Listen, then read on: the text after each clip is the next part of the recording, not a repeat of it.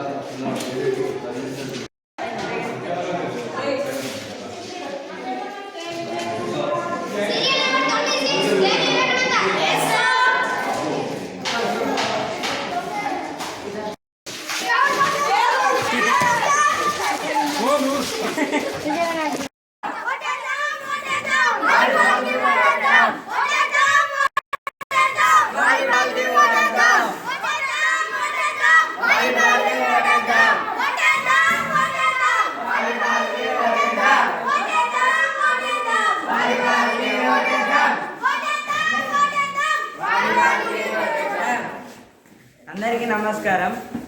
మనకు ఆటలు ఇస్తలేరు కాబట్టి ఆటలు ఆడిపిస్తాం.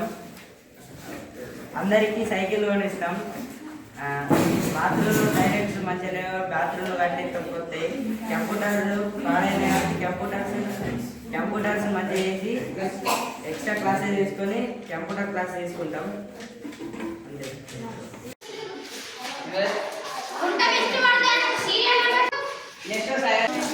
శ్వాస గుర్తులు